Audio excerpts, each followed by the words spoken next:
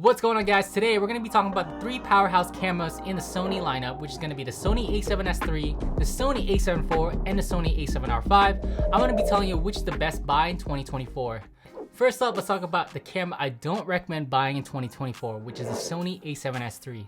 Okay, before I get hate on the comments, hear me out on this. I don't think this camera is worth the retail price of $3,500, and the reason for this is because it's the oldest out of the three, and there are currently better options in the market. So back in 2020, when this camera was released, it was one of the favorites amongst filmmakers and content creators, and this is because its exceptional video capabilities with impressive low light performance of 12,800 as a second base ISO for S-Log3 and higher frame rate capabilities at 4K 120 frames per second and full HD of up to 240 frames per second at 10-bit 422 internal recording. It's also able to output raw video through the Atomos Ninja 5. The Sony a7S III boasts the cinematic quality that not even the Sony a7R V and the Sony a7 IV can really touch. And the reason for this is because it has the lowest resolution of all the three cameras at 12 megapixels. And this is great for video because it's able to read out the sensor much faster, thus limiting the rolling shutter effect. But that does come with the drawback with its photo capabilities. Due to the lower resolution, you have less flexibility in terms of cropping during post. I do think it's still pretty good as a photo camera. It has one of the best EVF and it's way better than Sony a7 IV, and it captures a wide dynamic range. And honestly, 12 megapixels is more than enough for social media posts. In today's market, I've seen this camera discounted for a price at least of about $3,200 brand new.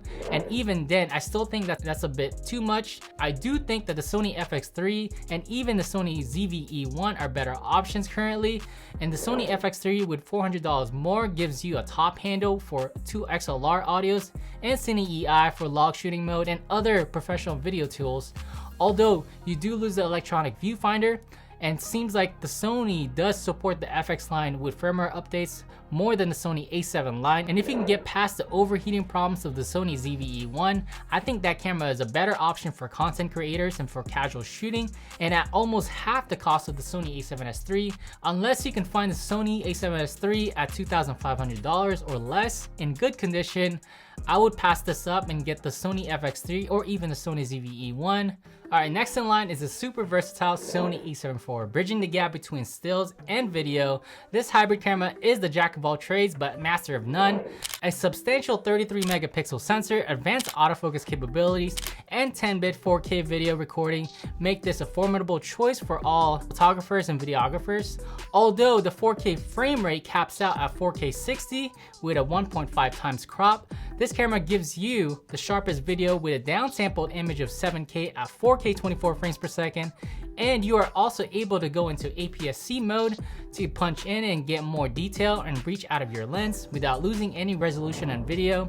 The larger megapixel count does come with some drawbacks, and namely the rolling shutter effect, which is noticeable, and it has a lower second base ISO of 3200 at S-Log3, and this is the only camera out of the three that is unable to output ProRes RAW video.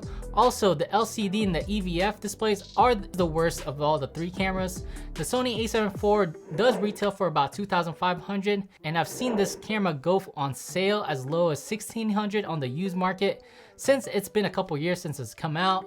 The Sony does sell a more compact version of this camera called the Sony a7C II, and it retails for slightly lower at $2,200 brand new, but you do lose some of the dual card slots and professional build quality of the Sony a7 IV. But overall, this camera is a great hybrid camera that meets most of people's needs, and if all you need is a budget-friendly all-arounder camera and don't mind the limitations on the video capabilities, this camera is a better choice over the Sony a7S III and even the Sony a7R V. And finally, the resolution king, the Sony a7R V.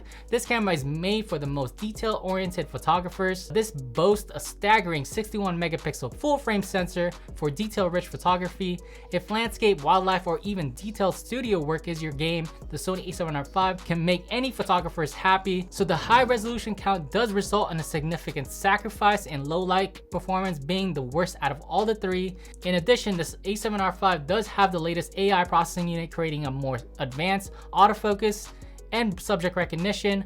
The AI processing unit can predict body poses and is able to recognize subjects such as insects, vehicles, and planes.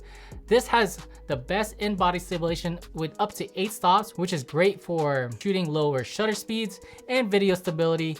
Speaking of video, the Sony a7R V offers the highest resolution capability at 8K up to 25 frames per second with 10-bit 420 internal recording, albeit it does have a slight crop at 1.24 times, but the 8K has major limitations due to its horrible rolling shutter performance, and it's only usable for talking head videos or shots that don't require a lot of movement. Also, the 4K video is recorded via the line skipping method, thus resulting in a softer image in comparison to the two. Similarly to the Sony a7IV, the a7R V offers 4K video up to 4K 60 and Full HD up to 120 frames per second at 422 10-bit internal recording. The 4K 60 is less of a crop at 1.24 times and is capable of outputting ProRes RAW through an Atomos Ninja 5.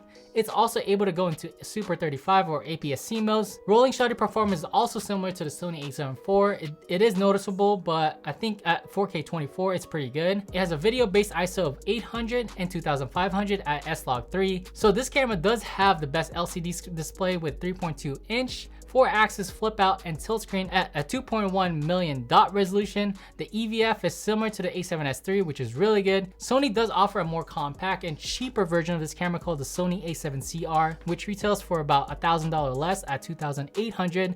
So I would only recommend this camera for those who really need the highest resolution possible and the best stills professional photography camera at a sub $4,000 range.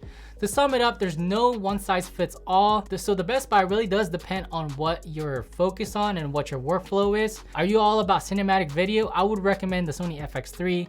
It's got you covered in terms of video. Looking for more versatility and a more budget-friendly option, the Sony a7IV won't disappoint.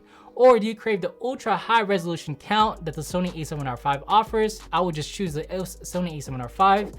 Whichever you choose, you're getting the best out of the Sony lineup. So if you found any value in this video, give me a like, subscribe, and I will see you in the next one.